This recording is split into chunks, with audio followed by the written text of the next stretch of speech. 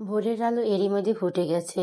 নিস্তব্ধ সৈকত পাড়ের টলটলে পানিতে সেই জ্বলন্ত সূর্যের আভা ছড়িয়ে পড়ে এক মনোমুগ্ধকর আবহাওয়া তৈরি করেছে। বসন্তের ভোরের শীতল বাতাস নিমিষে মন শান্ত করে দিতে সক্ষম। আশ্চর্যজনকভাবে সত্যি আজকে গোটা সৈকতে এখনো কেউ আসেনি। যতদূর চোখ যায় একদম ফাঁকা। পিয়ার খুশিতে চোখ চিকচিক করছে। এত সুন্দর মুহূর্তে তার জীবনে বোধহয় সে আগে কখনো দেখেনি। এমন অভাবনীয় সকাল সে আশাই করেনি। দুহাত দুদিকে প্রসারিত করে চোখ বন্ধ করে মাথা আকাশপানে হেলিয়ে জোরে শ্বাস নিল সে। ইস, কি যে শান্তি লাগছে। পায়ের জুতোটাও খুলে ফেললো। চিকচিকে ঠান্ডা বালিতে নগ্ন পা ফেল প্রশান্তি। পিয়া দৌড়াচ্ছে দুহাত প্রসারিত করে, মুখ জুড়ে হাসে। আকাশ দাঁড়িয়ে আছে বুকে আড়াআড়ি হাত ভাঁজ করে। নিঃশব্দে হাসছে হাসছে হাসছে দেখছে সামান্য একটু পরিবর্তন। সৌন্দর্য মুগ্ধ এক পেয়সী, যেন মুক্ত পাখি খোলা আকাশের ডানা ঝাপটাচ্ছে। প্রিয়ার পরনে সি গ্রিন লেডিস শার্ট আর হোয়াইট স্কার্ট, গলায় জর্জেটের স্কার্ফ পেঁচানো। বের হওয়ার সময় আকাশে অবশ্য সে নিজের পোশাকের সাথে মিলিয়ে শপের শার্টই পরেছে। প্রিয়া বাচ্চাদের মতো সরছে, পানিতে পা ভেজাচ্ছে, মুগ্ধ নয়নে এদিক ওদিক দেখছে। আকাশ তার দিকে প্রিয়াকে দৌড়ে আসতে দেখলো, দুহাত মুঠো করা। আকাশের সামনে এসে হাঁপাচ্ছে মেয়েটা। হাত পাতন। আকাশ বিনা বাক্য ব্যয়ে হাত পেতে দিল। প্রিয়ার দু হাতে মুঠো ভর্তি কুড়ানো ঝিনুক। ছোট ছোট হাতে দুহাত ভরে ঝিনুক আকাশে পুরুষলিয়া এক হাতে জায়গা করে নিল। প্রিয়া উচ্ছ্বাসিত হলো। সুন্দর না বলুন? এখানেও আকাশে দৃষ্টি তার পাখিটার দিকে। ঝিনুকের নজর গেল না। অনিমেষ তাকিয়েছে প্রিয়ার মুখপানে।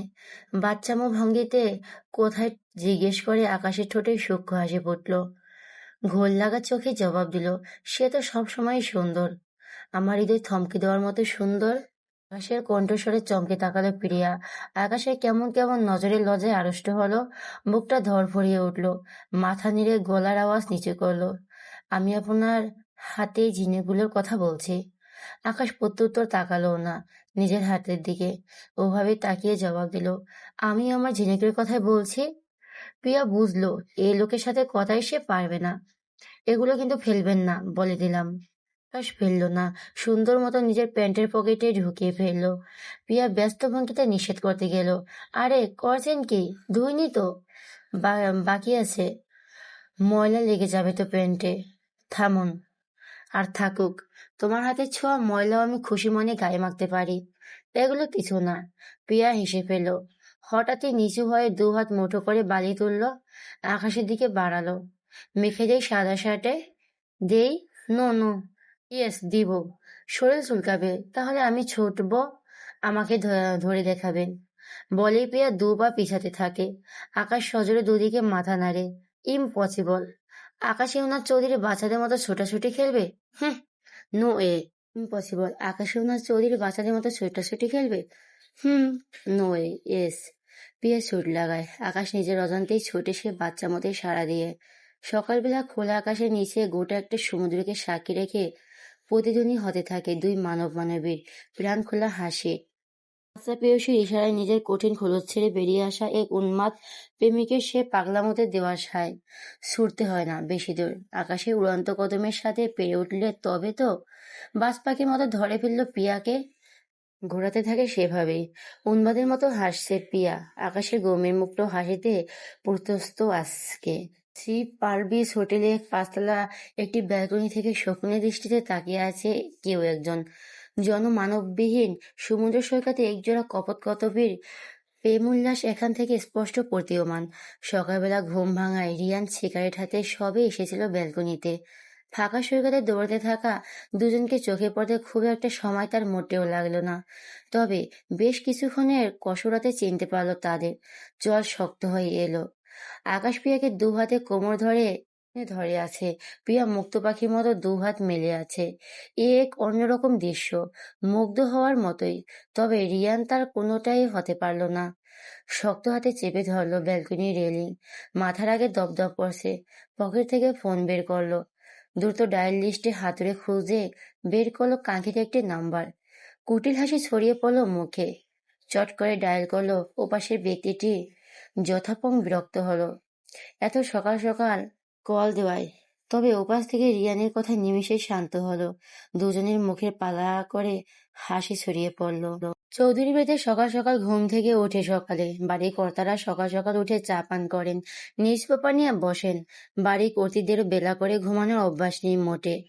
আকাশের যৌথ পরিবার, তার বাবা চাচারা 4 ভাই একসঙ্গেই থাকেন। বলা বাহুল্য, দাদা ও দাদি বেঁচে আছে তাদের এখনো। অয়ন, আকাশ ছাড়াও তাদের বাবা মায়েরও আরো একটি কন্যা সন্তান আছে, আকাশের ছোট বোন, নাম আরশি। মেজো চাচা, সেজো চাচা দুজনেরই এক এক দুজন করে কন্যা সন্তান। আকাশের ছোট চাচা বিপত্নিক, বিয়ের পরের বছরই স্ত্রীকে হারান সন্তান জন্ম দিতে গিয়ে। স্ত্রী সন্তান হারানোর পর আর দ্বিতীয় বিয়ের কথা ভাবেনি তিনি। ভাইদের সন্তান নিয়ে জীবন দিব্যি কেটে যাচ্ছে তার। আকাশের মা আমিনা চৌধুরী বর্তমান গৃহিণী হলেও এককালে স্কুল শিক্ষিকা ছিলেন। যথেষ্ট শিক্ষিত এবং মুক্তমনা মহিলা, ছেলে মেয়েদের বন্ধুর মতো। চায়ের ট্রেটা নিজের বসার ঘরে এগিয়ে গেলেন। স্বামী দেবরেদের হাতে এক এক করে চায়ের কাপ তুলে দিলেন। স্বামীর দিকে তাকালেন। ছেলেগুলো কি বনবাসে দিলে তোমরা? আকাশের বাবা শাহজালাল চৌধুরী মুখ তুলে তাকালেন স্ত্রীর দিকে। আমিনার চোখ ছলছল করছিল। তা কেন হবে, সামনের সপ্তাহে আসবে ওরা, বলল তো। আমিনা চৌধুরী মুখ ফুটেও হাসির আওয়াজ দেখতে পেল না, বরঞ্চ আরো মুখটা মলিন হলো। স্বামীর দিকে অভিমান নিয়ে করা গলায় বলল, আমাকে মিথ্যা আশ্বাস দেবে না। গত কয়েক মাস হলো একই কথা বলছেন আপনারা। আমার দুটো ছেলেকে কাজের চাপে পিষে ফেলছেন। তেমন নয়, ওদের 2 ভাইকে আসতে বলেছিলাম আমি, ওরাই। আমিনা চৌধুরী স্বামীর কথা শেষ হতে দেয় না, প্রতিবাদ করে বসে। তাহলে বুঝুন, আমার বাচ্চা ছেলে দুটোকে কি পরিমাণ কাজের চাপ দিয়ে রেখেছেন। 5 মাস হলো বাড়িতে আসতেই পারে না। কর্তারা আমিনা চৌধুরী এখন কথায় হো হো করে হেসে ফেললেন। অভিমান আরো গভীর হলো তার। শাড়ির আঁচলে ভেজা চোখ দুটো মুছলেন। আমি আমার ছেলেদের বিয়ে করাবো, ওদের বাড়ি নিয়ে আসতে বলুন। আর আপনাদের কাজ আপনারা সামলাবেন। ওদের বাড়ি থেকে যদি অফিস করতে দেন তো করবে, না হলে করবে না। আমি আর ওদের দূরে রাখবো না। বেশ, তোমার ছেলেদের আমি আজই বলবো। ওরা যেন ওরা যদি না আসে কিন্তু আমার দোষ নেই। আর রইল বাকি বিয়ে, সেটাও তারা এখন রাজি হবে কিনা দেখো। আমার তো সমস্যা নেই শ্বশুর হতে। আমিনা চৌধুরী মুহূর্তে বসে পড়লেন স্বামীর পাশে। বলছি যে আমার বড় ভাই বলছিল অপুর কথা। শাহজাহান চৌধুরী মাথা নাড়লেন, চায়ের কাপে চুমুক দিলেন। সে তো বলেছ, কিন্তু তোমার বড় ছেলের বিয়ে না দিয়ে ছোটটার কথা, সে কি রাজি হবে? তারও তো পছন্দ অপছন্দ থাকতে পারে। আমিনার মুখটা গম্ভীর হলো। সত্যি তো, তার ভাইয়ের মেয়ের সাথে বিয়ের কথা বলে, তবে অয়নকে আগে বিয়ে না করিয়ে মুখ আরো মলিন হয়ে যায় তার। অয়নটা তো বিয়ের কথা শুনলেই রেগে যায়, তাকে রাজি করাবে কি করে? বেশ বেলা হয়েছে, রোদ গাঢ় হয়েছে, তবে উত্তাপ তেমন নেই। দমকা বাতাসে সে উত্তাপ গায়ে লাগছে না, বরং শীতের সকালে মিষ্টি রোদের মতোই লাগছে। সৈকত জুড়ে এখন টুকটাক 2-1 শৌখিন সকালপ্রেমী মানুষদের আনাগোনা দেখতে পাওয়া যাচ্ছে, যদিও তা হাতে গোনা কয়েকজন। বাড়ির মধ্যে পাশাপাশি বসে আছে আকাশ আর প্রিয়া। প্রিয়া বাড়িতে আঙুল সাইজে নিজের নাম খোদাই করতে ব্যস্ত। সুন্দর করে লিখলো আকাশ প্রিয়া। বড্ড ছেলেমানুষি কাজ। আকাশও তাও ভালো লাগছে দেখতে। ঝিনুক দিয়ে সাজালো সে নামের আশেপাশে। সত্যি সুন্দর লাগছে খুব। প্রিয়া একগাল হাসলো সেদিকে তাকিয়ে। পাশ ফিরে তাকালো আকাশের দিকে। লোকটা বরাবরের মতো ঘোর লাগা দৃষ্টি স্থির করে রেখেছে তার দিকে। এই দৃষ্টিতে প্রিয়ার বুকের ভিতর কিছু একটা হয়, মানুষটা একদম বুঝতে পারে না। প্রিয়া দ্রুত নজর সরিয়ে নেয়। ওই সুদর্শন পুরুষের এলোমেলো চুলগুলো যখন কপালে আছড়ে পড়ে কি যে সুন্দর লাগে। তার হাতের ভিতরে এক প্রকার নিষ্পিস করে সে চুলগুলো আলতো হাতে কপাল থেকে সরিয়ে দিতে, আবার নিজের হাতে সেটা এলোমেলো করে দিতে। কিন্তু ভারী লজ্জা লাগে তার। মাঝে মধ্যে কি একটা হয়, লজ্জায় মাথা খেয়ে উল্টাপাল্টা করে বসে। কিন্তু সে তো নারী, সবসময় সে সহজে কুলায় নাকি তার? তার ভিতরটা তো কেঁপে ওঠে। নিজের করা কর্মকাণ্ডে অনুতপ্ত হচ্ছিল পীড়া। আকাশের এহেন ঠোঁটকাটা কথায় নিমেষেই মায়া দয়া চলে গেল, মুখ ভেঙ্গালো, মুখ লুকিয়ে। কার জন্য আফসোস করছে? 1 নাম্বার নির্লজ্জ লোকটা, গিরগিটি একটা। সবার সামনে সেজে থাকে রামগরু ছানা, হাসতে তাদের মানা। হাসতে তাদের মানা, আর এদিকে তার কাছে সুযোগ পেয়েই লোকটার অনুভূতি তার সামনে প্রকাশ। এক বেলার মধ্যে সে 5 মাসে তাদের মধ্যে হওয়া সব ঘটনা দুয়ে দুয়ে চার মিলিয়ে ফেলে এই সিদ্ধান্তে এসেছে যে লোকটা এক ফোঁটা লজ্জা নেই। সবার সামনে ভালো মানুষ, সো কল্ড মুভি বস হওয়ার নাটক করলেও তলে তলে টেম্পো না হেলিকপ্টার চালায় এই লোক। মুখ লুকিয়ে হাত জড়িয়ে বসে রইল দুজন খোলা আকাশের নিচে। ভালোবাসার মানুষটাকে জড়িয়ে নিশ্চুপে বসে থাকা একটা আলাদা শান্তি হয় বোধহয়। আপনার আকাশ ভালো লাগে? মোটামুটি। আমার কিন্তু আকাশ খুব পছন্দ, খুবই। আকাশ, বৃষ্টির সাথে শাড়ি, এই তিনটে জিনিস আমার এত শান্তি মিলে। প্রিয়া কথায় আকাশের চোখের সামনে ভেসে ওঠে প্রথম দিনের প্রিয়াকে দেখেছিল সে। সেদিনে বৃষ্টি ছিল আর প্রিয়া একটা আকাশি কালারের শাড়ি পরা ছিল। মুখটা ধকধক করে উঠল সে কথা মনে পড়তেই। মুখে অবশ্য কিছু বলল না, নীরবে শুনতে লাগলো প্রেয়সীর কথা। জানেন, আমি 1 ঘন্টা পর পর আকাশের দিকে তাকিয়ে কাটাতে পারি। জানি না, শুনতে অবাক লাগবে, কিন্তু কি যে ভালো লাগে। ওই আকাশ, নাকি যাকে জাপটে ধরে আছেন সেই আকাশ? প্রিয়া মিষ্টি করে হাসে, হাতের বাঁধন আরো দৃঢ় করে। দুটোই। দুজন যখন হোটেলে ফিরল তখন প্রায় 9:15 বাজে। বিচে এখনো বেশ ভিড় হওয়া শুরু করেছে। আগেই শিয়াকে আকাশ জানিয়ে দিয়েছে প্রিয়া তার সাথে আছে। চিন্তার কোনো কারণ নেই, বিদায় তাদের খোঁজ করা হচ্ছে না। ব্রেকফাস্ট সাইডে আসতে চোখে পড়ল সবাই প্রায় একসাথে বসেছে। আকাশ প্রিয়াকে নিয়ে এগিয়ে গেল সেদিকে।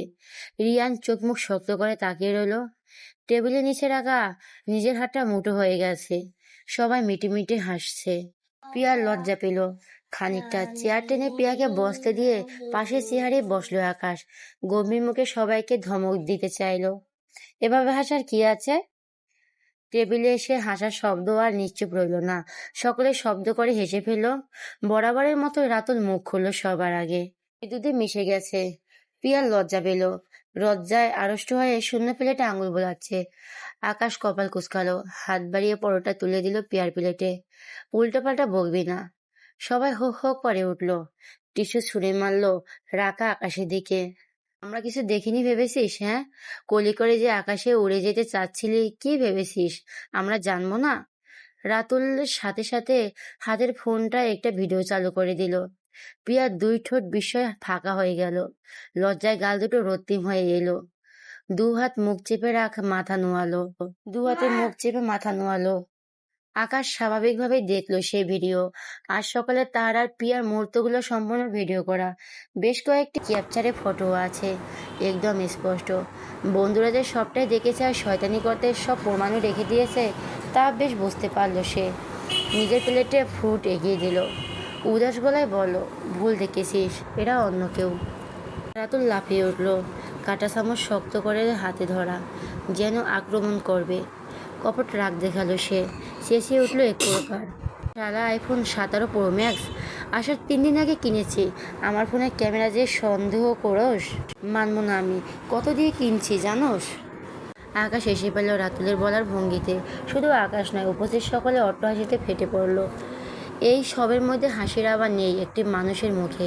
রিয়ার রাগে হিতাহিত জ্ঞান হারিয়ে ফেলেছে। নিজেকে সামলানো কষ্টকর হয়ে পড়ছে তার। ঝট করে উঠে দাঁড়ালো। এমন সিরিয়াস ভঙ্গিতে তার উঠে দাঁড়ানোতে থমকে গেল সবাই। আমি রুমে যাচ্ছি। কারোর কিছু বলার সুযোগ না দিল না, গটগট পায়ে গেল সেখান থেকে। সবার চোখে চোখে বিস্ময়ের ছোঁয়া খানিকটা। রাতুল কেবল অবাক হলো না, চোখ মুখ জ্বালা করছে তার। সামনে বড়সড় ঝামেলার আভাস পাচ্ছে। অসহায় লাগছে তার নিজেকে। তাকালো আকাশের আর প্রিয়ার দিকে। প্রিয়া নববধূর মতো লজ্জায় রাঙা হয়ে গেছে। আকাশ ঠোঁট টিপে নিঃশব্দে হেসে খাবার মুখে তুলছে। মাঝে মধ্যে এটা ওটা তুলে দিচ্ছে প্রিয়ার পাতে। কি সুন্দর দৃশ্য! এটা সে কি করে নষ্ট হতে দেয়? দেবে না, একদম দেবে না। আরে আকাশ, কাহিনী কখন থেকে শুরু সেটা বল। তুষির কথায় আকাশ মুখ তুলল না, বরং বাকি সবাই আগ্রহ নিয়ে তাকিয়ে আছে আকাশের জবাব শোনার। অয়ন ভাইয়ের কাঁধে হাত রাখলো।